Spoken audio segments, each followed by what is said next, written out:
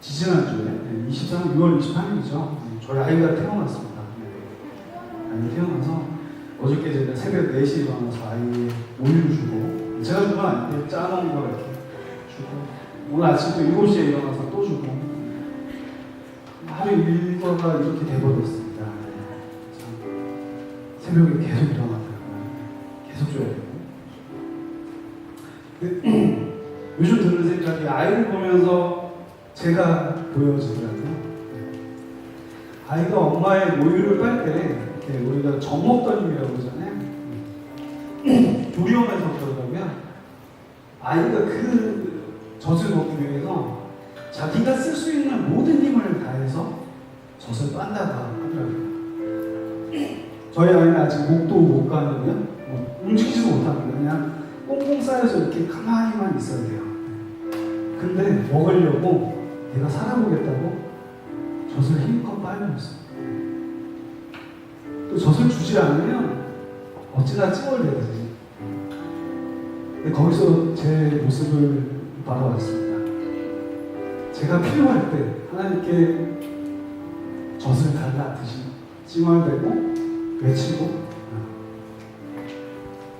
또 젖을 줬을 때 너무나 행복해하고, 그런 모습들을 제가 바라보게 됩니다. 그래서 하나님께서 저에게 아이를 주신 것 같아요.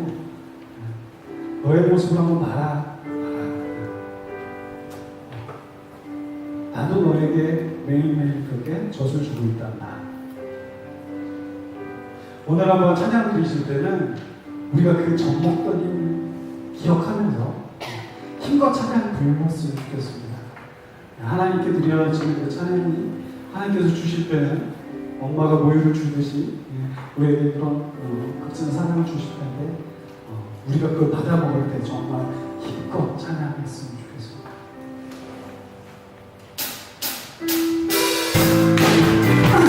박수 치면서 힘차게 찬양했으면 좋겠습니다.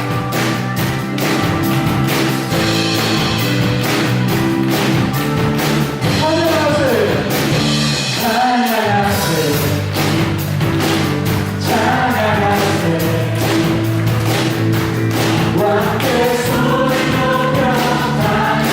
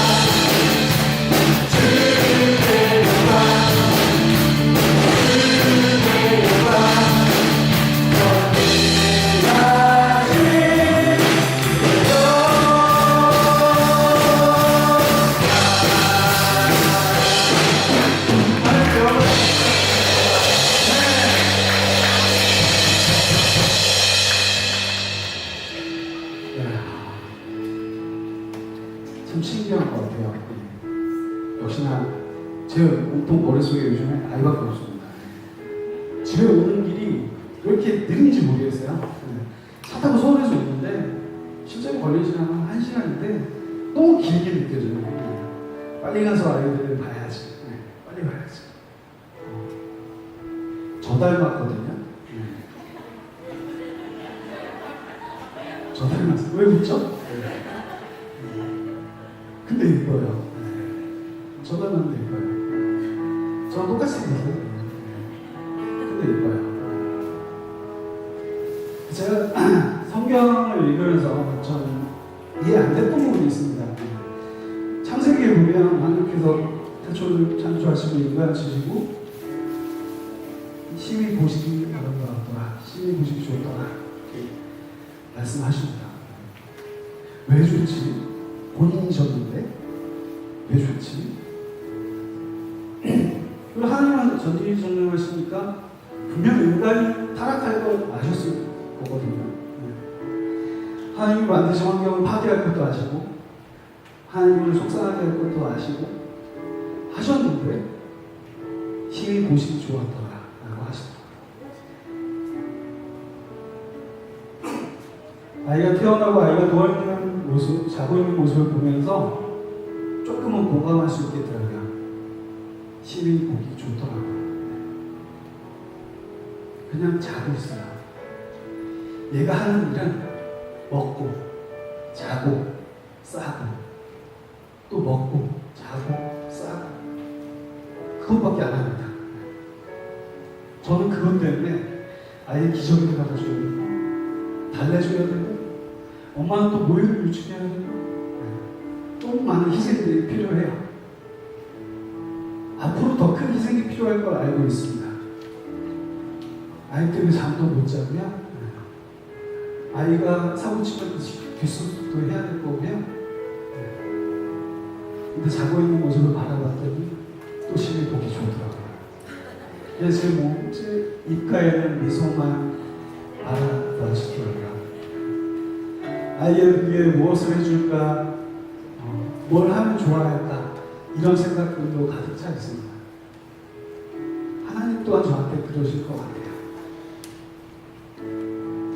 제가 하나님이 원하시는 길에서 잠시 벗어나 있더라도 하나님께서는 저를 사랑하실 거고,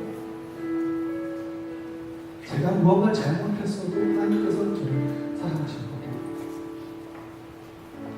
하나님께서 저만 바라보고 계실 것 같습니다. 제가 아이를 바라보는 것보다 더 큰 사랑으로 주께서 저를 항상 바라보고 계시고, 제가 쓰러질 때마다 이렇게 일으켜 주실 거라 생각합니다.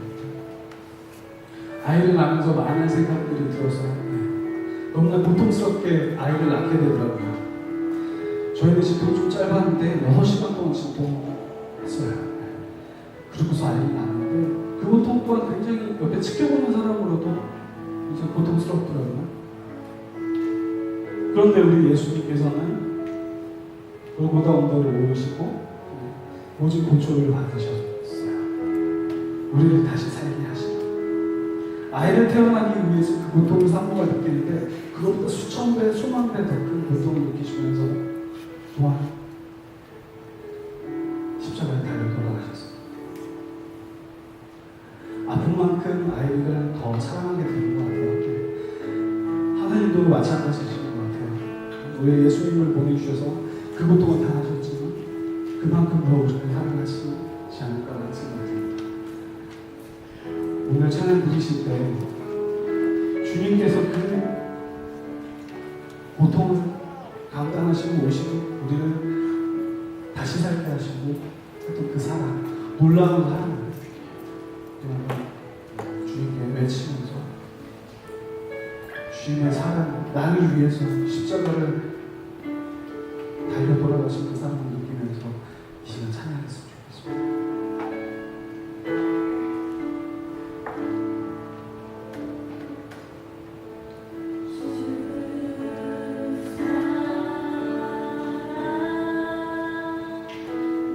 놀라운 그 사랑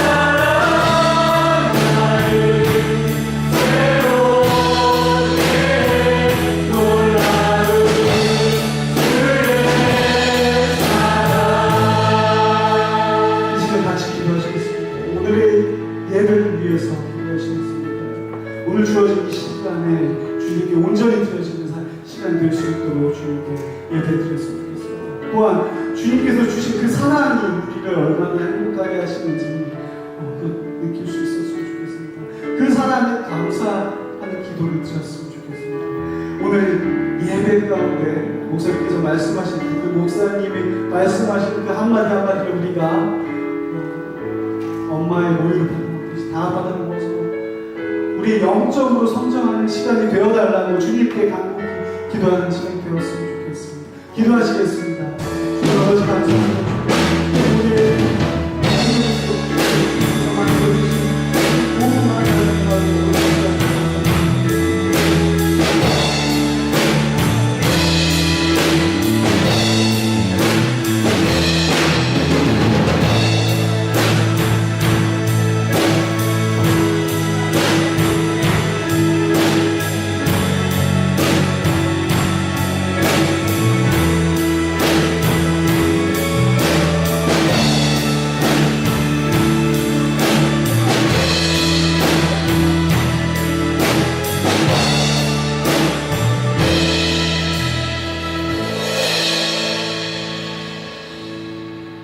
생명의 주인이신 하나님 아버지, 주님의 날을 날에 오늘도 불러주시고 불러주시니 감사하며 찬양과의 응원을 올려드립니다. 지난 한 주일도 주님의 뜻대로 살지 못하고 세상과 적당히 타협하고 정욕되게 살았음을 주님 앞에 회개합니다. 이 나라의 지도자가 대통령님과 지도자들의 마음이 하나님을 경외하고 지혜와 총명과 근면한 마음을 주시어 주변 강대국과 북한의 핵실험 위험 속에서도 경제가 회복되고 청년들의 꿈을 포기하지 않고 이루어나게 하여 주시옵소서. 옛날 대대로 이루어오던 우리나라의 무상 승부의 사슬을 끊게 하여 주시고 이단 사이비 종교 세력과 동성애 자들이 예수 십자가의 보혈로 깨끗이 씻음받고 주님의 품으로 돌아올 수 있게 하여 주시옵소서. 한국교회의 모든 성도들이 회개하고 힘써 기도하여 한국교회가 더욱더 보험 발전할 수 있도록 하여 주시고 이 아름다운 금수강산이 하나님의 나라가 되게 하여 주시옵소서. 북쪽에서 아무 소망 없이 살아가는 우리 동포들과 지하에서 숨죽여 기도하고 있는 형제 자매들의 눈물의 기도와 간구를 응답하여 주시기를 기도합니다. 김정은 정권과 지도층의 마음을 돌이켜 회개하고 북한의 복음에 기초하는 주님의 나라가 북한에 세워지기를 간절한 마음으로 기도합니다. 아버지의 부름받아 세상 곳곳에서 복음을 전하시는 선교사님과 그 가족들에게 항상 함께하여 주시고 수많은 고난이 와도 담대히 맞서 싸워 받은 소명 잘 감당할 수 있도록 주님 간섭하여 주시고 돕는 손길을 보내주셔서 승리하게 하여 주시옵소서. 메마른 뼈들의 생기를 불어넣은 표와같이 어두운 세계에 향한 세상의 향기 나는 교회, 건물이 아닌 사람을 세우는 우리 세안교회의 비전처럼 우리 교회가 세상의 빛과 소금이 되게 하시고 1273맥의 비전이 속히 이루어지게 하소서. 세안교회의 모든 성도님들이 예수님의 제자가 되기를 소망합니다. 이 모든 사역을 위해 세우신 홍정천 목사님과 그 가족과 영육간에 간절하게 하여 주시고 성령 충만케 하여 주셔서 여름에 있는 각종 집회에서 오가는 길 안전하고 피곤치 않게 하여 주시고 말씀 듣는 청년 학생들이 주님의 은혜 속에 인격적으로 하나님을 만날 수 있기를 기도합니다. 우렁찬 목소리로 사역하신 송천민 목사님과 강혜수 전도사님의 가정들을 기억하여 주시고 직분자들과 목장님들과 각 부서에서 섬기시는 모든 분들을 기도 제목이 각각 하나님의 아버지께 상달되기를 원하며 오늘도 예배에 참석하지 못하신 성도들과 함께 보아 같은 우리를 구원하여 주신 예수 그리스도의 이름으로 감사하며 기도하옵나이다. 아멘.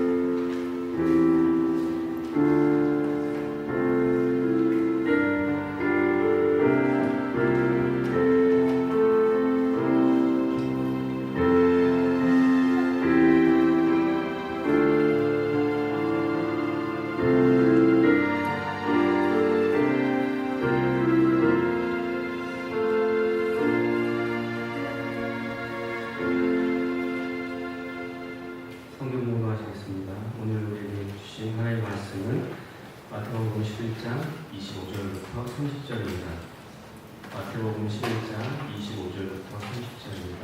함께 일어나셔서 6절 10절을 읽겠습니다. 마태복음 11장 25절부터 30절입니다. 제가 먼저 읽겠습니다. 그때 예수께서 대답하여 이르시되 천지의 주제이신 아버지여 이것을 지혜롭고 슬기 있는 자들에게는 숨기시고 어린아이들에게는 나타내심을 감사하나이다.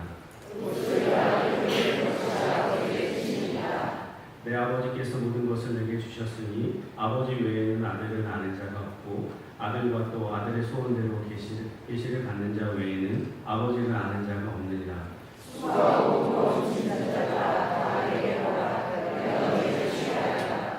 나는 마음이 온유하고 겸손하니 나의 멍에를 메고 내게 배우라. 그리하면 너희 마음이 쉼을 얻으리니. 같이 하겠습니다. 내 멍에를 씻고 내 짐을 가벼우리라 하십니다. 아멘.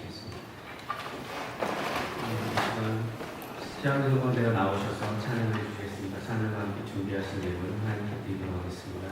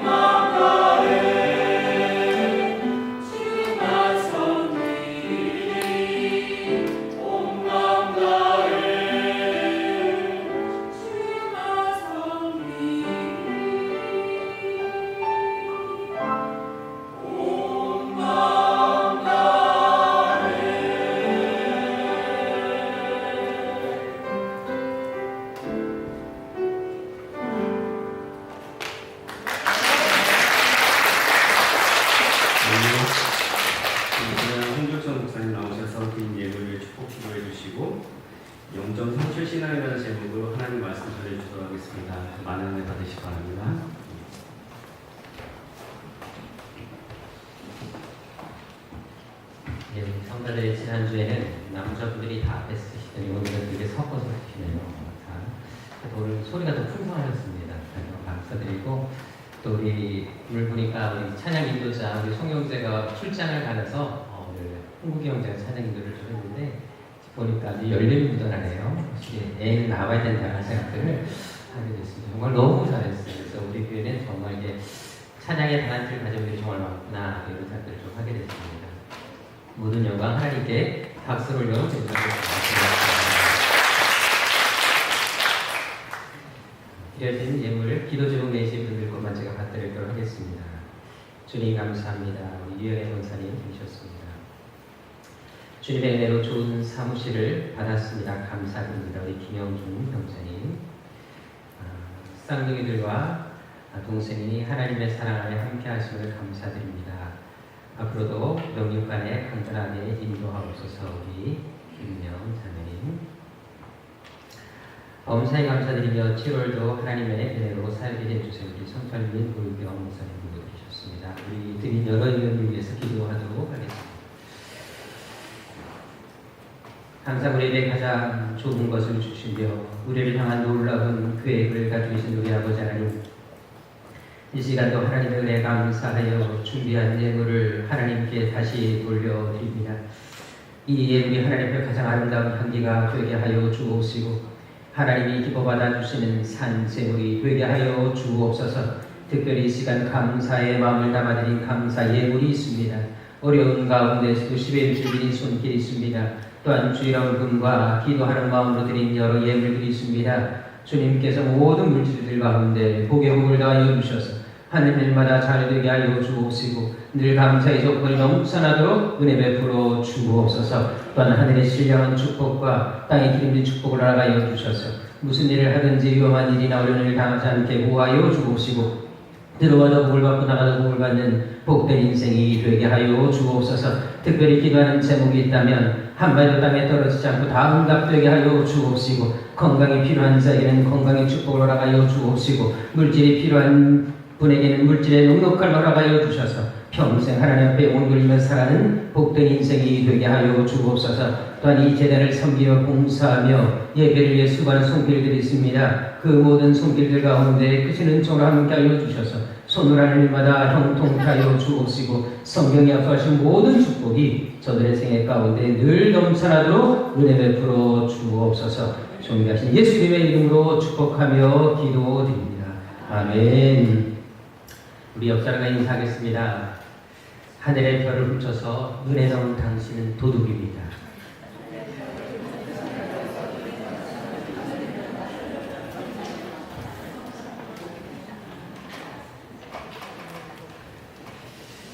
예, 되게들 좋아하시네요. 사랑과 함께 인사하겠습니다. 하나님을 여러분들 향한 놀라운 계획을 가지고 계십니다. 네.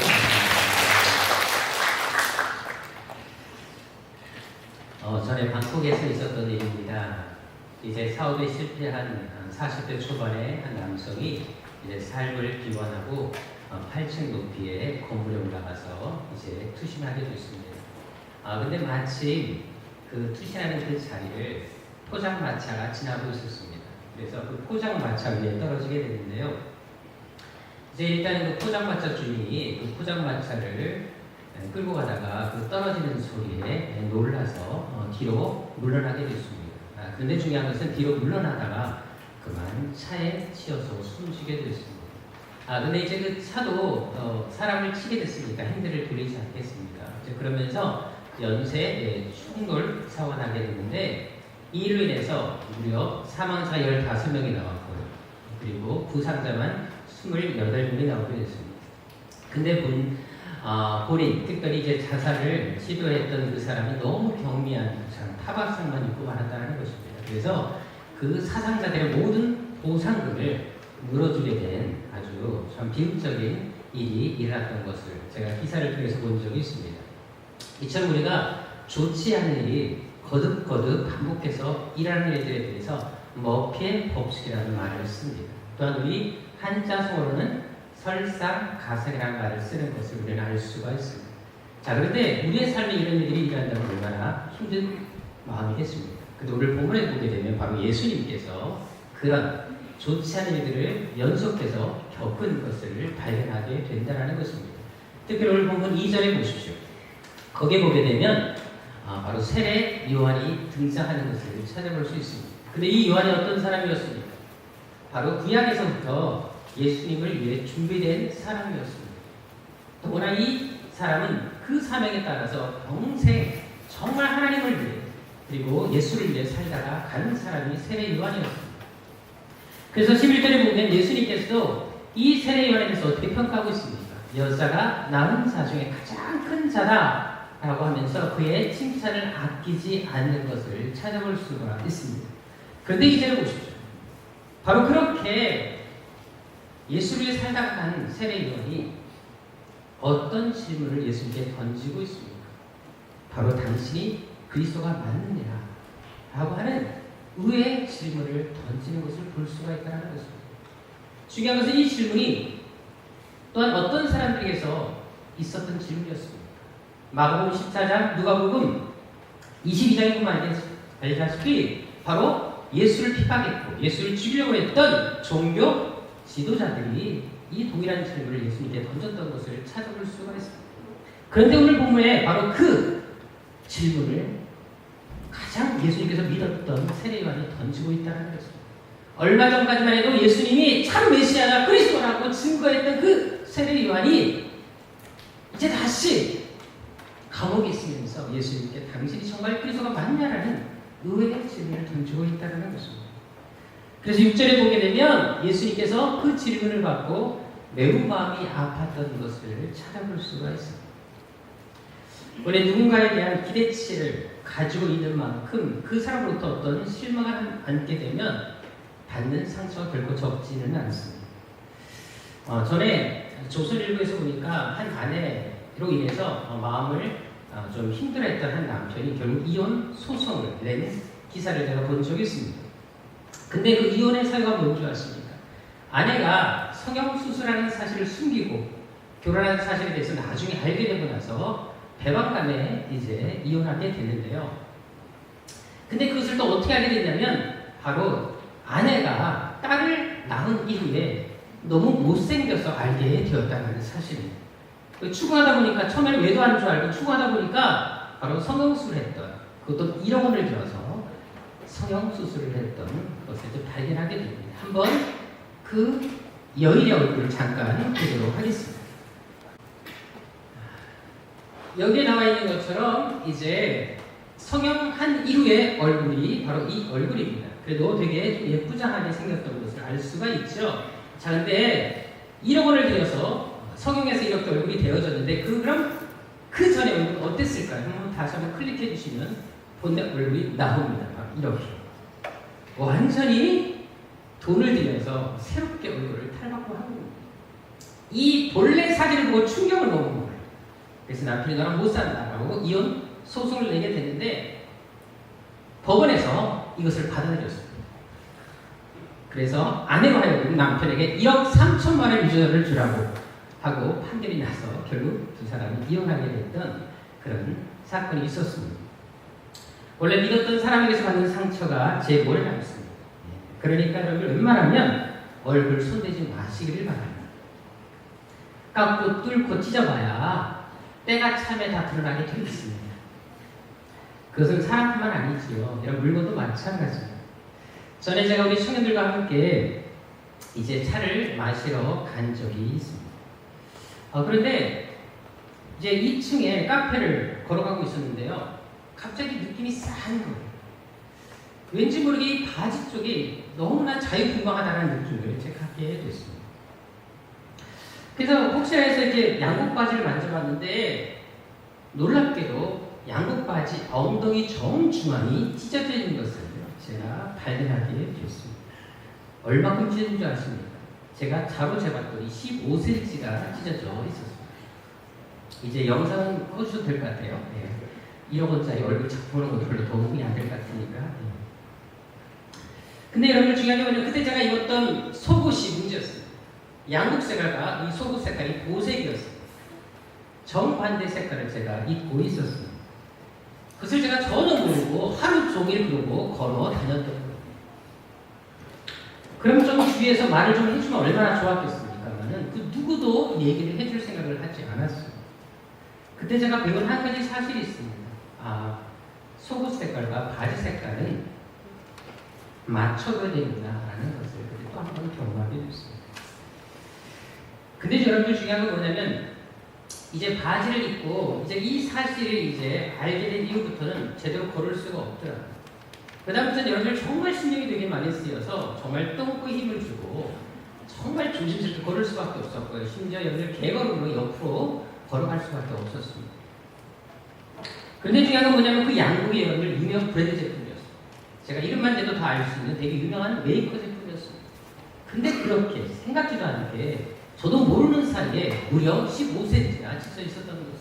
그래서 제가 집에 오자마자 바로 바지를 벗어 심판해 버리고 말았어요. 두 번 다시 그 메이크옷을 제가 사입지 않습니다.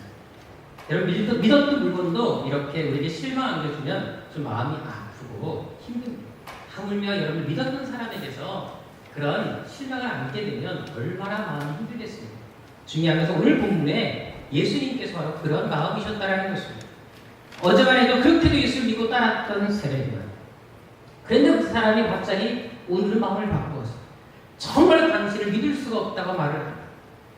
이때 예수의 마음이 정말 얼마나 힘들겠습니까? 다른 사람도 아닌 가장 누구보다 예수를 잘 알았고 그리고 예수를 증거했던 그 세례 요한이 이렇게 예수를 의심할 때 받은 상처가 얼마나 컸겠습니까? 그뿐만이 아닙니다. 16절, 17절을 보십시오. 예수님께 말씀을 들었던 우리들은 어땠습니까? 예수님께서 그렇게 열심히 말씀을 전하셨지만 뭔가 변화가 일어나야 되고 반응하는 게 정상인데 그들은 어떤 반응을 하고 있지를 않습니다. 원래 여러분들 설교자가 제일 기쁠 때가 언제인 줄 아십니까? 성도님들이 말씀을 듣고 은혜 받을 때가 가장 기쁘고 행복합니다. 특별히 바로바로 말씀을 들으면서 반응이 나타날 때가 진짜로 기분이 좋습니다. 특별히 말씀 전할 때 성도들이 아멘 아멘 이렇게 화답해주면 정말 기분이 되게 좋습니다. 그러면 여러분도 신나서 이제 말씀을 더 전하게 되는데요. 전에 한 클럽에 보니까 목사님께서 그런 분을 올려놓으셨더라고요. 이제 집회를 하러 가셨는데 나이가 좀 지긋하시고 머리가 하얗신 백발이신 이제 목사님이셨는데요. 이렇게 말씀을 전하는데 이제 성도들이 은혜 받는 모습도 보였고 특별히 앞에 계신 할머니 한 분이 그렇게 말씀 들으면서 우시더라는 거예요. 그래서 너무나 참 본인도 이제 마음이 짠하기도 하고 그리고 또 감사한 마음이 들어서 예배 끝나고 나서 그 할머니한테 가서 얘기하셨다는 할머니 많이 말씀을 드리면서 여러 생각들이 많으셨나 봐요. 그러면서 위로 차원에서 이제 또 마음도 기쁘고 하셔서 이제 손을 잡아드리면서 얘기를 했다고 합니다. 그래서 어떻게 이렇게 많이 우셨냐고 물어봤더니 할머니께서 말씀을 듣는 내내 죽은 할아버지가 생각나서 그래서 계속 우셨다는 얘기를 하게 되었습니다. 결국에 할머니는 말씀 듣는 내내 말씀을 듣는 것이 아니라 할아버지 생각만 하고 있었다는 것입니다. 여러분들 바로 그런 말을 들을 때마다 마음이 얼마나 어렵겠습니까? 오늘 보면 예수님이 바로 말씀을 들은 무리들의 반응을 보고 그런 마음을 느끼셨을 것입니다. 그동안 열심히 말씀을 전하셨고 그들에게 또 기적까지 보여주셨습니다. 수많은 능력을 통해서 그들로 하여금 하나님의 살아계심을 보여주셨습니다. 그렇다면 적어도 그들의 삶 가운데 뭔가 변화가 되는 정색에 불구하고 그들은 어떤 반응을 전혀 보이지 않았습니다. 단지 기적만을 보기를 원했고 단지 예수를 통해서 음식을 공급받기를 원했던 것을 찾아볼 수가 없습니다. 그뿐만이 아닙니다. 거기다가 사람들이 예수님을 어떻게 평가하고 있습니다. 원래 사람이라는 누구나 다 별명이라는 것이 있습니다. 여러분들도 한 가지 별명 다 있지 않았습니까? 저도 어릴 때부터 여러 가지 별명이 있었습니다. 제가 가장 기억나는 별명 3가지가 있는데 한 가지가 똘똘이, 또리장 이것이 가장 많은 별명이었고 또 한 가지 땅콩이라는 별명이 있었습니다. 물론 기름받은 땅콩이라는 별명이 있었는데요. 땅콩은 제가 키가 커서 그렇게 별명을 지어준 것이고 제가 20대부터는 원래 머리에 기름을 바르고 다녔었습니다. 지금은 안 바르지만 그랬더니 기름 바른 땅콩이라는 별명을 제가 이제 듣게 됐는데요. 이렇게 사람들마다 어떤 별명이라는 별명이 존재하게 되어 있습니다. 그런데 여러분들 보십시오. 19절을 보게 되면 예수님께도 그런 별명이 붙었는데 어떤 별명이 붙습니까? 좋은 별명이 아니었다는 것입니다. 바로 먹기를 탐하는 자, 그리고 술꾼, 그리고 세리와 제일의 친구라는 정말 좋지 않은 별명이 붙었던 것을 찾아볼 수 있습니다. 이것이 바로 그 당시 사람들의 예수를 바라보는 평가였다는 것입니다. 하지만 여러분들 정말로 예수님께서 그런 삶을 사셨습니다. 당시 이스라엘은 여러 로마의 식민자가 있었습니다. 그래서 사람들이 먹을 것도 제대로 없는 정말 가난한 삶을 살았습니다. 더구나 여러분 예수님께서는 마가복음 3장 20절에 보게 되면 너무나 바쁜 사역에 식사를 등도 없었습니다. 그럼 언제 먹고 마시고 즐길 수 있었겠습니까? 이 별명은 예수를 조롱하기 위해서, 모함하기 위해서 사람들이 지어야 할 별명이었습니다. 더구나 세리와 제일의 친구라는 말도 마찬가지였습니다. 당시 세리와 제일은 사람 취급하지 않았습니다. 가장 하나님께 저주받은 지옥에 가버릴 심판받을 그런 사람들로 인식되어 있었습니다. 다시 말해서 여러분 이렇게 예수를 불렀다는 것은 정말 예수님이 타락하고 방종한 인생이라는 사실을 간접적으로 드러내서 말을 하는 것과 동일한 의미였습니다. 그렇다면 생각해 보십시오. 열심히 그들을 위해서 희생하시고 복음을 전하시고 말씀을 전하시고 기적을 베푸시고 먹을 것도 공급해 주시는 그 예수님을 향해 이런 좋지 않은 모함과 조롱과 별명을 붙여주시고 그 소리를 들을 때마다 예수의 마음이 또 어떻겠습니까? 거기다가 20절 이하를 보십시오. 예수님께서 수많은 기적을 베풀었던 여러 마을들이 등장합니다. 베세다, 고라신부터 시작해서 여러 지역들이 등장을 볼 수가 있습니다. 저는 대학 시절에 이곳을 다녀왔습니다만 여러분 가보시면 아시겠지만 이 지역이 결코 완만하지가 않습니다. 굴곡도 심하고 언덕도 많습니다. 그래서 여기를 걸어다니는 것은 결국 쉬운 일이 아니라는 것을 전 많이 경험하게 됐습니다. 하물며 여러분 최근에 가서도 그런 걸 경험했다면 2000년 전에 그때 도로는 얼마나 또 좋잖았겠어요. 그런 곳을 다니며 예수님께서 열심히 복음을 전하고 기적을 행하셨다는 것입니다. 특별히 23절에 나타난 가버나움이라는 지명을 주목할 필요가 있습니다. 이 지역은 예수님의 어떤 의미였습니까? 예수님에게는 특별한 장소였다는 것을 너무나 잘 알고 있습니다. 여기에서 바로 베드로, 안드레, 야고보, 요한을 부르셨고 마태를 부르셨고 그리고 백부장의 하나의 중풍병을 고치셨고 그리고 야인의 딸을 고치셨던 그 모든 기적의 장소가 가버나움이었습니다. 그리고 수많은 귀신 들린 자를 그리고 수많은 병자를 고치셨고 심지어 가는 곳곳마다 복음을 전하시는데 특별히 가버나움 회당에서 가장 많이 복음을 전하실 정도로 가버나움은 예수님의 특별한 장소였습니다. 그래서 예수님의 제2의 고향이라고 불릴 정도까지 예수님이 자주 갔던 곳 이곳이 바로 가버나움. 그리고 가장 많이 예수의 능력을 체험했던 곳이 가버나움이었어요. 그런데 그 마을들이 해결을 합니다. 오늘 본문에 보시죠. 전혀 그렇지 않았습니다. 오죽하면 예수님이 탄식하시는 말씀하셨겠습니까? 오히려 그들에게 돌아온 것은 냉대와 무관심이었다는 것을 오늘 성경 교수님은 알 수 있다는 것입니다. 한마디로 11장에서 예수의 상은 어떤 상이었다는 것입니까? 인생 최대 위기, 가장 아픈 절망을 경험하고 있었다는 것입니다. 하나님의 아들이셨지만 정말 아름다운 믿음으로 살고 계셨지만 정말 의롭게 살고 계셨지만 그에게 당시 모든 상황들은 너무나 안 좋은 불행한 상황들만 겹쳐 일어났다는 것입니다. 하지만 그럼에도 불구하고 그 고통의 상황에서 예수님께서 하신 것은 무엇입니까? 믿었던 요한에게 의심을 받았고 당신을 따르던 무리들에게 냉대를 받으셨고 기적을 행하던 마을로부터 무관심의 반응을 받으셨던 그 예수님. 그래도 불구하고 그분이 하신 것이 무엇입니까? 오늘 본문 25절에 보십시오.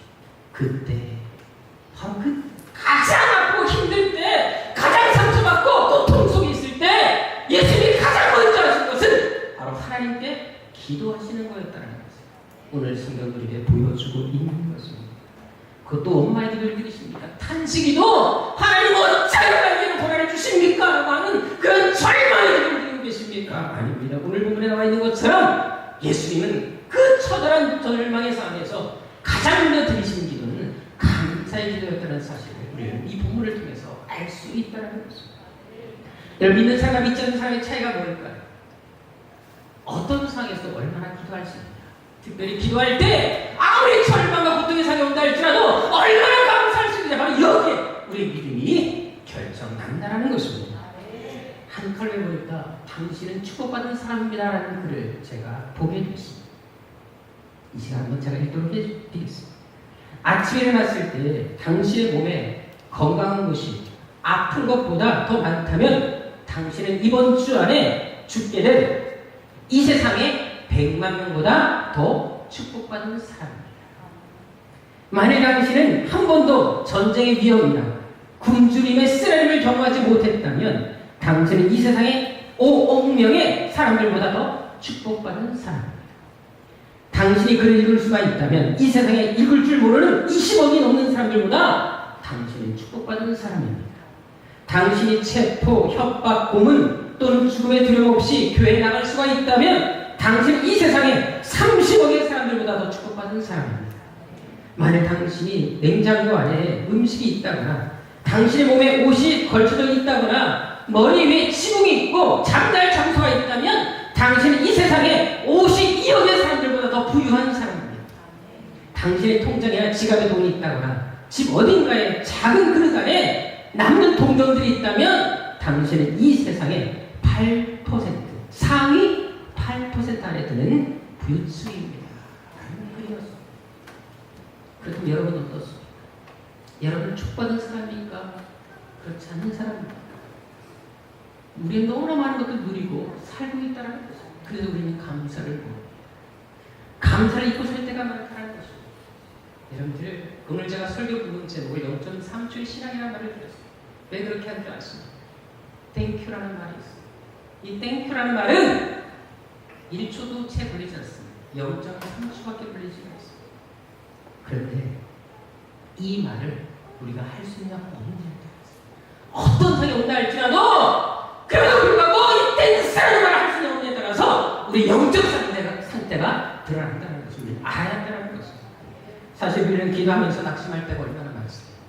때로 원망성 기도를 할 때가 얼마나 많습니까? 하나님 왜라는 말을 할 때가 얼마나 많나 이 말입니다. 하지만 참 신앙은 그 환경조차 뛰어넘는다는 것입니다. 어떤 상황에서 감사할 수 있다는 것입니다. 왜? 고난을 통해 역사하실 하나님의 은혜를 알기 때문에 시련을 통해 역사하실 하나님의 기적을 바라보기 때문에 우리는 그 어려움 속에서도 이겨낼 수 있다는 것입니다. 사실 제가 교회를 섬길 때마다 항상 했던 여름에 했던 프로그램 중에 하나가 무전여행이라는 사실 여러분 알고 계십니다. 저는 무전여행을 할 때마다 정말 하나님의 은혜와 하나님의 기적들을 참 많이 경험합니다. 저도 빨리 이제 우리 교회 학생들이 좀 많아져서 청년들은 많지만 또 직장생활하기 때문에 무전여행 아직 할 수 없습니다만 약간 머지않아서 할 계획을 가지고 있습니다. 무전여행을 하게 되면 반드시 3인 일정 움직이게 되어 있고요. 반드시 남녀를 섞게 됩니다. 그리고 아무것도 주지 않고 돈도 다 수거하고 다 압수하고 딱 핸드폰에는 아무것도 주지 않습니다. 그래서 여러분 이동 중에 다 차를 얻어 타야 되고 밥도 얻어 먹어야 됩니다. 그리고 저녁에 목적지 7시까지 들어올 수 있도록 딱 주소 하나만 딱 주고 무조건 출발을 시킵니다. 그래서 보통 5박 6일간 이 무전여행을 진행하는데요. 저는 주로 남도로 여행을 많이 다닙니다. 왜냐하면 남도가 볼 게 많기 때문에 그쪽으로 주로 합니다. 저는 그래서 10년 넘게 무전여행을 해봤기 때문에 남도에 대해서만큼 제가 좀 많이 알고 있습니다. 전에 제가 중학교 있을 때 이제 그 청년들과 함께 무전여행을 해서 5박 6일간 떠나게 됐습니다. 근데 그 주간 수요일이 있었던 사건입니다. 이제 우리가 저녁에 숙소는 고성으로 정했는데 아무래도 남해 쪽에 가게 되면 통영이 또 얼마나 볼거리가 많습니다. 그래서 제가 통영에 대해서 가볼 곳 또 먹을 곳 이런 데 가서 학생들에게 쭉 안내를 해줬습니다. 그래서 가장 먼저 또 통영에 가게 되면 해볼 곳이 바로 한려스를 한눈에 봐야 되기 때문에 통영 케이블카를 타고 이제 올라갔다 오는 것입니다. 그래서 학생들이 이제 또 하여간 또 나름대로 방법이 있기 때문에 돈 없이도 케이블카를 탈 수가 있는 방법이 또 있습니다. 그래서 또 그걸 다 배워와가지고 이제 차도 타고 케이블카도 다 타고 갔다가 내려왔습니다. 또 이것저것을 관람하다 보니까 통영 케이블카를 타고 내려왔던 시간이 오후 5시였습니다. 근데 우리가 잠잘 고성은 거기서부터 50km 거리가 떨어지는 곳이기 때문에 지금 출발하지 않으면 늦을 수밖에 없는 상황이었습니다. 근데 그날따라 차가 너무 안 잡히는 거예요. 보통 아무리 길어도 10분 안에 차를 다 잡는데 그날따라 30분, 40분이 지나도 차를 잡히지가 않았습니다. 그래서 이 팀이 되게 당하게 됐습니다. 그래서 간신히 한 차를 잡았는데 이 차가 또 어디까지만 갔냐면 통영에 있는 롯데마트까지밖에 가지 않았어요. 거기서 또 다시 고성까지 가려면 최소 1시간을 필요로 하는데 도무지 거기서도 차를 잡히지 않았다고 합니다. 그래서 학생들이 또 기도하고 하나님 차를 보내달라고 막 기도하던 중에 차를 간신히 타게 됐는데 그 차 역시도 통영에 예비훈련을 갔다가 돌아오는 청년이었는데 통영에 집이 있었던 청년인데 거기를 가는 길이었기 때문에 이 청년을 우리 교회 청년들을 태워줄 수가 없는 상황이었습니다. 근데 놀라운 것은 그 그 청년이 얘기를 잠깐 하다 보니까 작년에도 우리 팀을 태워준 청년이었어. 그 청년을 만나게 돼. 그래서 이것도 인연이다 싶어서 얘기를 계속 하다 보니까 이 청년이 또 감동이 와서 이제 더 태워주겠다 하고 이제 다시금 이제 통영을 빠져나오게 됐습니다. 근데 문제는 뭐냐면 얘기를 하다 보니까 이 청년이 교회에 대해서 너무 비판적인 청년이었어요. 심지어 이 청년이 어떤 말까지 했냐면 나는 기독교가 싫다 라고 얘기를 하면서 심지어 자기는 기독교를 비판하며 성경을 상독했다고 얘기했다. 우리는 일독도 못하는데 불신자들의 열심히 더 뛰어나는 것을 가끔 생각해 볼 수가 있어요. 상독까지 교회를 비판하고 있어요. 성경을 비판하고 예수를 비판하고 있어요. 그러니까 청년들의 마음이 얼마나 어렵겠어요. 가뜩이나 이제 작년에 만난 분이라 그러니까 되게 기분 좋아서 탔는데 보니까 교회에 대해서 너무나 허물단과 비판하는 거예요. 근데 우리가 무전여행을 하게 되면 반드시 하는 몇 가지가 있습니다. 가능하면 그분들에게 즐겁게 기쁨을 주고 계속해서 그분에서 중독이 되어주라. 그리고 할 수 있다면 조용하게 예수 믿는 좋은 모습 보여주고 또 할 수 있다면 전도해라 라는 그런 메시지가 있습니다. 그래서 이제 옆에 탄 학생은 열심히 그 청년과 함께 이제 대화를 하기 시작했고요. 뒤에 탄 학생들은 계속 중보로 기도하기 시작했어요. 근데 이 청년이 대화 중에 계속해서 이야기를 하다 보니까 말꼬리가 길어지는 거예요. 그래서 고속 숙소까지 그냥 한 번에 태워주고 말았어요. 그래서 7시 나무까지 정말 하나님의 기적같이 타오게 됐는데 그날 저녁에 우리가 모임을 하는데 그 청년보다 문자가 옵니다. 자기 친구가 얼마 전에 인천으로 올라갔다. 근데 그 친구가 많이 힘들어한다. 그래서 자기가 교회를 소개해줬다. 근데 그 교회가 너희들이 다니는 교회다. 그 교회 주소를 알고 싶다. 라고 얘기해서 문자가 왔습니다. 그래서 우리가 교회 주소를 알려줬는데 감사하게도 정말로 그 주간에 그 청년이 교회 등록을 했습니다. 그래서 신앙사를 또 하게 되는 그런 경험을 또 하게 됐습니다. 저는 이걸 통해서 그런 마음이 들었습니다. 왜 하나님께서 그렇게 오랫동안 차를 못 잡게 하시고 그런 일이 없었는데도 불구하고 왜 이렇게 막히게 하시고 또 만나도 그런 사람을 만나게 하셨을까? 그래 결국은 그 영혼을 하나님께서 돌이키게 하기 위해서 또 그 영혼을 통해서 또 다른 사람들을 살리시는 하나님이 있다는 사실을 뒤늦게 알게 해줬다는 것입니다. 그건 우리도 마찬가지입니다. 우리 삶의 때때로 어려움과 실패와 좌절이 있을 수가 있습니다. 하지만 우리가 반드시 기억할 것은 우리 인생의 또 다른 한편에서는 우리가 알지 못하는 하나님의 권위 역사, 하나님의 기적 역사가 준비되고 있다는 사실입니다. 오늘 본문의 예수님이 바로 그것을 아셨습니다. 그래서 26절에 어떻게 선포하고 계십니까? 오늘 수요일에 이렇게 된 것은 다 아버지의 뜻입니다 라고 얘기를 합니다. 결국 이 모든 것이 하나님이 허락하신 뜻이었기 때문에 하나님이 계획하신 뜻이었기 때문에 나는 기꺼이 나의 고난까지도 하나님의 뜻이라면 받아들이겠습니다. 기꺼이 감사하겠습니다라고 예수님은 고백하고 있는 것입니다. 그래야 여러분들 이해할 수 없는 어떤 상황에서도 무너져 내리는 절망의 상황에서도 하나님께서 우리가 알지 못하는 또 다른 역사를 계획한다는 사실을 믿을 수 있다면 우리는 어떤 상황에서도 감사할 수 있다는 것입니다. 그뿐만이 아니라 28절에 보십시오. 이제 예수님께서 한 걸음 더 나아가십니다. 나아서 어떤 고백하고 계십니까? 어떤 일을 하고 계십니까? 분명 수많은 상처를 지금 갖고 계셨습니다. 아픔을 갖고 계셨고 배반의 상처를 그대로 가지고 계셨던 예수님이었습니다. 그에 불구하고 오히려 예수님은 자신을 바라보는 것이 아니라 이웃의 주의 상처받은 영혼의 눈을 돌리면서 찾아볼 수 있습니다. 그리고 어떻게 말씀하십니까? 수고하고 무거운 짐진 자들아 다 내게로 오라. 내가 너를 쉬게 오히려 본인이 쉬어야 되고 본인이 위로받아야 되는데 불구하고 오히려 상처받는 사람들이 향해 눈을 돌리시고 그들을 위로하겠다고 선포하는 것을 찾아볼 수 있다는 것입니다. 누구보다 증히 예수님이 아프셨고 힘드셨지만 그래도 불구하고 오히려 고통 중에 있는 자들을 돌아보셨다는 사실입니다. 그것은 우리도 마찬가지입니다. 때때로 하나님께서 우리에게 고난의 환경을 허락하실 때가 있습니다. 이해할 수 없는 상처와 배반과 절망을 경험하게 하실 때가 있다는 것입니다. 하지만 그렇다면 하나님께서 왜 우리에게 그런 것들을 허락하신 걸까요? 이유가 있습니다. 우리 한번 고린도후서 1장으로 가보도록 하겠습니다. 신약성경 고린도후서 뒷부분에 있는 고린도후서 1장으로 가보도록 하겠습니다. 사도행전 로마서 다음에 있는 고린도 전후서 특별히 후서 1장 3절 다 같이 보도록 하겠습니다. 같이 예수 그리스도의 하나님이시요 자비 아버지시요 모든 위로의 하나님이시며 4절 우리의 모든 환난 중에서 우리를 위로하사 우리로 하여금 하나님께 받은 위로로서 모든 환난 중에 있는 자들을 등이 위로하게 하시는 이시로다. 이 말씀이 뭔지 아시겠습니까? 하나님은 내가 받은 그 고통을 통해 다른 사람의 고통을 이해하도록 그리고 다른 사람의 고통을 위로하도록 그래서 다른 사람들이 나로 인해서 공감대를 느끼고 나를 통해서 위로받도록 하시기 위해서 우리에게 때로는 고통을 허락하신다는 것을 말씀하고 있는 것입니다. 6절을 보십시오. 어떻게 고백하고 있습니까? 우리 6절 다 같이 들어가겠어요. 시작. 우리가 환난당하는 것도 너희가 위로와 구원을 받게 하려는 것이요 우리가 위로받는 것도 너희가 위로를 받게 하려는 것이니 이 위로가 너희 속에 역사하여 우리가 받는 것 같은 고난을 너희도 견디게 하느니라. 아멘. 우리가 환난당하는 것도 너희가 위로와 구원을 받게 하기 위함이다. 바로 나를 통해 고난받는 사람들 위로하고 그들이 하나님께로 돌아오게 하는 하나님의 또한 계획이 있기 때문에 우리가 미처 생각지 못하는 그 계획이 있으시기 때문에 이런 고난을 허락하신다는 것을 말씀하시고 있습니다. 혹시 여러분들 고난 중에 있으십니까? 그렇다면 여러분들 슬퍼하지 마십시오. 이 고난 위에 반드시 여러분을 통해서 구원시킬 하나님의 사랑 생명들이 있다는 사실을 아시라는 것입니다.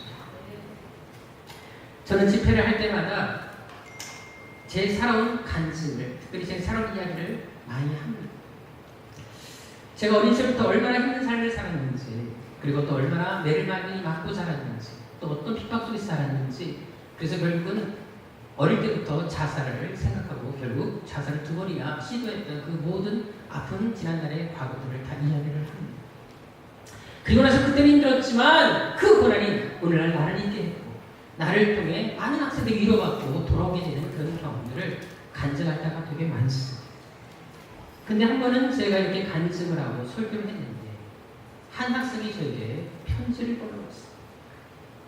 이 시간 그 편지를 제가 읽어드리도록 하겠습니다. 네. 더 잘 읽기 위해서 음악 부탁드리겠습니다. 고등학교 학생입니다. 안녕하세요, 목사님. 저는 참 세상을 원망하며 살아왔어요. 모든 것을 다 말씀드리기엔 이 종의 여백이 너무 적고 정말 세상에서 저만큼 힘들게 자란 사람 없다는 생각을 하며 저를 이 힘든 곳에 보내신 하나님을 원망하며 살았습니다. 다른 사람은 상상도 못할 정도로 엄하신 아버지, 그 밑에서 방황하는 오빠, 어린 나이에 그 모든 것을 감당하고 이겨내야 하는 것이 저였습니다. 초등학교 그 어린 나이에 주차장에 아빠 차를 보면 한숨이 푹푹 나오고 집에 들어가기가 싫었습니다. 친구들과 신나게 놀다가도 집에 들어가면 풀이 죽어 있었고요. 하루하루 눈물만 흘리고 하루가 왜 이리 길게만 느껴지는지 시도 때도 없이 100대, 200대의 매를 맞으며 살았습니다. 중학교 때는 서랍에 20알 정도 되는 수면제를 품고 살았습니다. 아이들은 놀고 있을 시간에 저는 집에서 청소하고 설거지를 하고 있어야 했습니다. 차라리 소녀 가장이나 불치병에 걸리는 환자들이 나보다 나을 것 같이 생각이 들었습니다. 고1 때는 믿음도 별로 없고 설교 말씀을 들으면 그렇게 나를 잘 아시고 크신 하나님이 나를 왜 이 불행하게 하시나 하는 그 원망의 마음이 생겼습니다. 그런데 고등학교 2학년 때 목사님의 간증을 듣는 날 목사님의 설교를 듣고 내 자신을 다시 돌아보게 됐습니다. 목사님의 이야기를 들으면서 그럼 나도 라는 마음이 들었습니다. 그러면서 삶을 돌아보니까 지난 날들이 힘들었지만 그래도 제가 이렇게 이 자리까지 올 수 있었던 것도 그렇고 지금까지 만난 모든 사람들이 하나님께서 계획하신 것을 알게 되었습니다. 목사님을 만나게 된 것까지도 이 모든 것을 알게 되니 참 감사했습니다. 너무 방황했던 날들이 후회스럽기만 하고 그래서 이제 다짐했습니다. 그 어두웠던 날들을 만회하기 위해서라도 더 열심히 기도하고 열심히 믿기로 말합니다. 제게 필요한 건 주님이 더 잘 아시니까 힘든 일이 생겨도 다 주님께서 역사하시고 계획하신 것이니까 예전처럼 불평하고 원망하지 않으려고요. 아직은 너무 부족한 믿음이고 오직 예수라 자식에게 말하기는 부족하지만 정말 나중에 하나님께 갔을 때는 오직 주님만 믿고 의지하였음을 고백할 수 있도록 노력하려고 합니다. 이젠 어린 시절의 어려움이 다시 찾아와도 웃으며 넘길 수 있을 것 같아요. 앞으로 더 나아지고 발전하는 저를 지켜봐 주세요. 주님 안에서 승리하겠습니다. 저의 간증이, 저의 고백이 한 영혼을 하나님께 돌아가는 놀라운 결과를 가져오는 것입니다. 그래 여러분, 지금은 이 고통이 이해할 수가 없을 수 있어요. 지금 이 상처는 먹고 나에게 크다고 생각할 수가 있어요. 하지만 인생의 또 다른 한편에서는 그 고통까지도, 그 아픔까지도 역사하시고 계획으로 바꾸실 하나님의 은혜가 있음을 기억하시라는 것입니다. 분명한 것은 하나님의 은혜 절망을 통해서, 우리 아픔을 통해서 더 놀라운 일을 이루실 수 있다는 사실입니다. 그래 여러분, 고난이 클수록 더 기도하는 새하늘의 성도 되시기를 주님으로 축원합니다. 고통의 무리가 아무리 크다 할지라도 그럼에도 불구하고 더 하나님께 감사하며 더 하나님을 깊이 사랑하는 여러분 되시기를 주님으로 축원합니다. 비록 상처받고 힘들고 아무리 병들다 할지라도 인생의 일을 겪는다 할지라도 그럼에도 불구하고 내 자신만을 위해 살기보다 이웃의 향해 너를 돌리고 그들을 섬기기 위해서, 그들을 축복하기 위해서 더 기도하고 더 하나님을 의지하는 여러분 되시기를 주님으로 축원합니다. 기도하겠습니다. 아버지 하나님, 우리가 이 땅을 살아가는 동안 우리가 이해할 수 없는 고난과 절망 앞에 때로는 좌절할 때가 있습니다. 하나님께서 왜 이렇게 하실까? 하나님이 살아계시다면 왜 이런 질문이가 들릴 때 또한 있습니다. 하지만 아버지 하나님, 하나님이 우리를 낳으셨고 우리를 이 땅에 보내셨다면 왜 우리를 책임지지 않으시겠습니까? 지금의 상황을 보지 말게 하여 주옵소서. 지금의 문제와 시험하지 말게 하여 주옵시고, 오히려 그럴 수 없고 하나님께 기도하게 하시고 감사하게 하시고 이를 통해 이루시는 하나님을 기대하며 나아가는 저희의 삶이 되게 하여 주옵소서. 아버지 하나님, 지금도 하나님을 통해 일하기를 원하십니다. 하나님이 놀라운 계획을 준비하고 계십니다. 그것을 바라보게 하시고 오히려 절망이 우리의 기쁨이 되게 하시고 우리의 눈물과 한숨이 하나님께 찬송이 되는 기적의 결과가 나타나게 하여 주옵소서. 존귀하신 예수님의 이름으로 기도드립니다.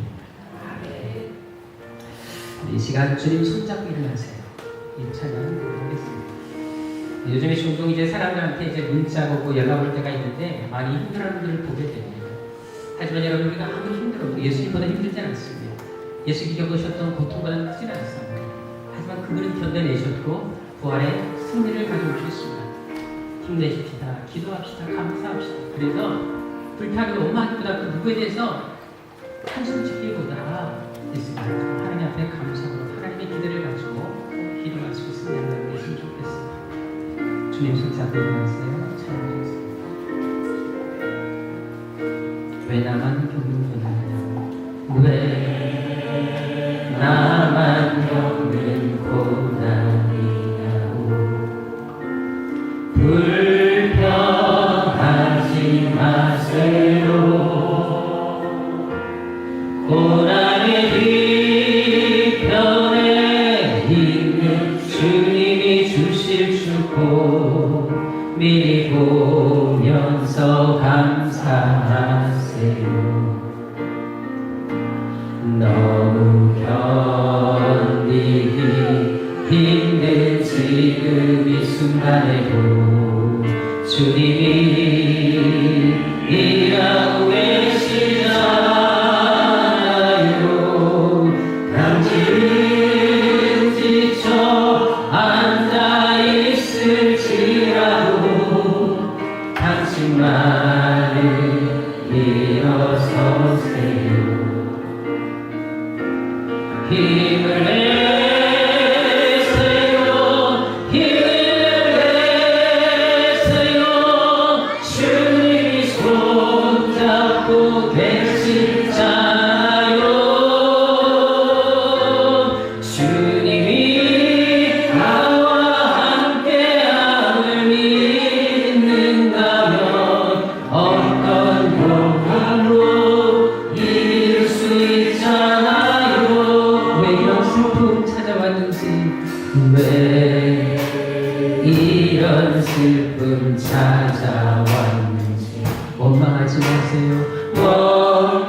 원망하지 마세요. 당신은 이룬 것보다, 당신은 이룬 것보다 주님께 받는데 더욱 많음에 감사하세요.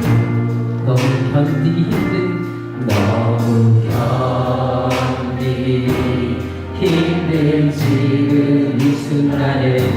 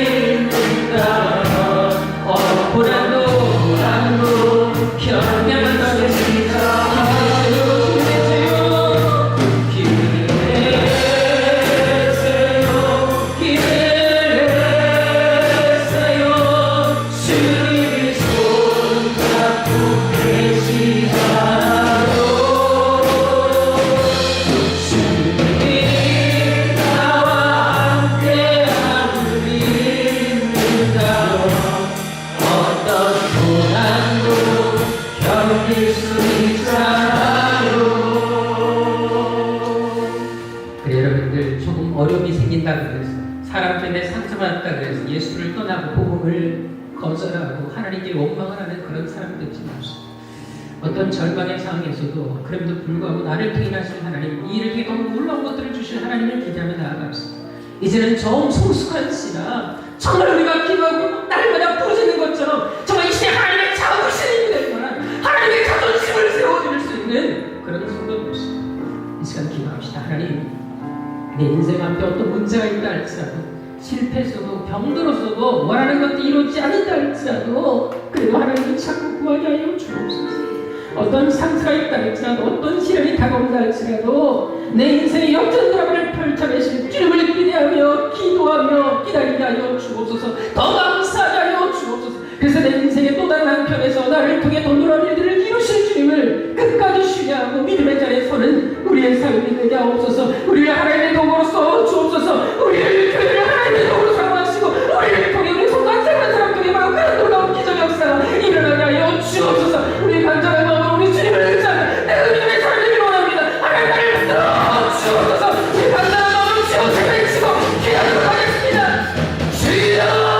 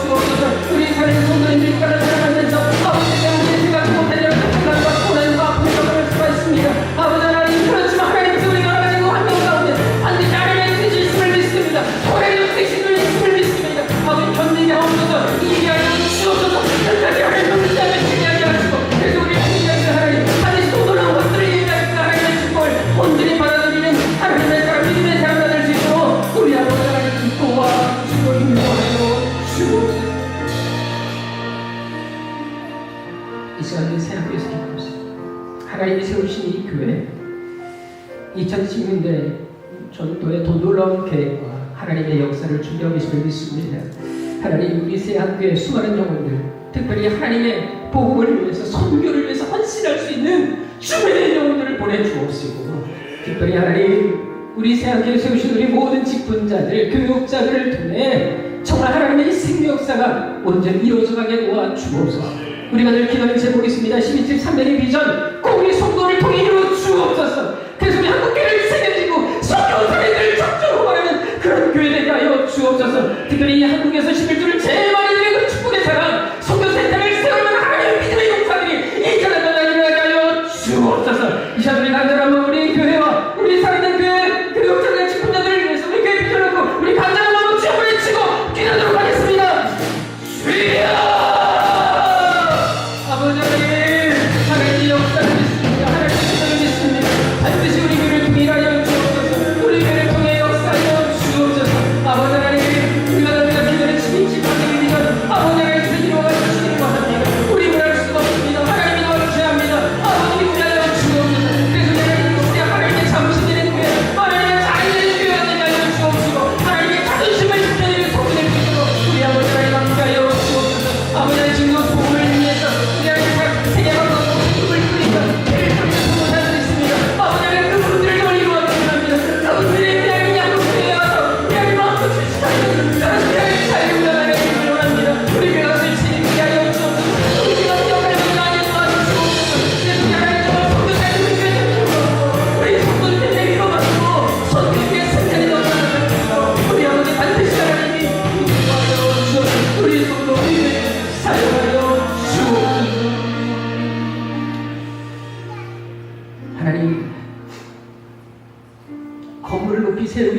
하나님을 깊이 파는 것처럼 우리를 더 위대하게 쓰시기 위해서 우리가 생각지 못하는 고난 허락하실 때가 있음을 믿습니다. 하나님 절망하지 말게 하옵소서. 좌절하지 말게 하옵소서. 그 고난 뒤에 우리에게 주어질 영광을 바라보게 하여 주시고 우리 예수님처럼 어떤 사람 앞에서도 감사하시고 또 주님을 드리게 하여 주시고 우리는 다 있는 것들을 살펴볼 수 있는 그런 놀라운 충고에 성령의 마음이 일어날 수 있도록 도와주옵소서. 아버지 하나님, 지금 얼마나 많은 크리스천들이 있습니까? 얼마나 많은 교회가 있습니까? 너무나 쉽게 상처받고 괴를 당하는 사람들이 얼마나 많습니까? 아버지 하나님, 이제는 달라져야 되지 않겠습니까?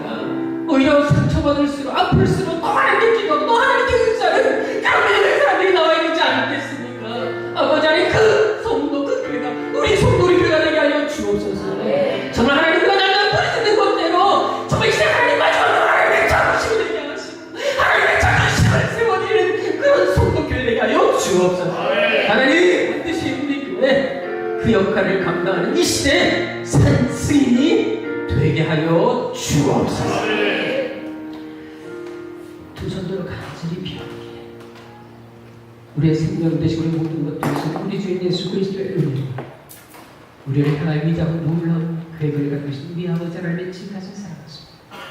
우리 마음 가운데 그 뜨거운 하나님의 계획과 목적과 사랑을 알게 해주신 성령님의 감화감과 말씀과 교통하십니다.